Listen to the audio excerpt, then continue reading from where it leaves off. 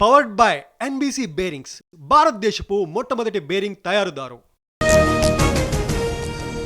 CM Revanth తో భట్టి, శ్రీధర్ బాబు భేటీ. సాయంత్రం college యాజమాన్యాలతో చర్చలు. రీఎంబర్స్మెంట్ పై ప్రకటన చేయబోతున్న ప్రభుత్వం.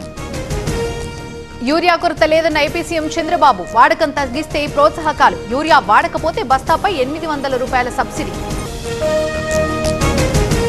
వైసీపీ నేతల చలో మెడికల్ కాలేజ్. పులివెందుల్లో 90% పూర్తయిందన్న నేతలు.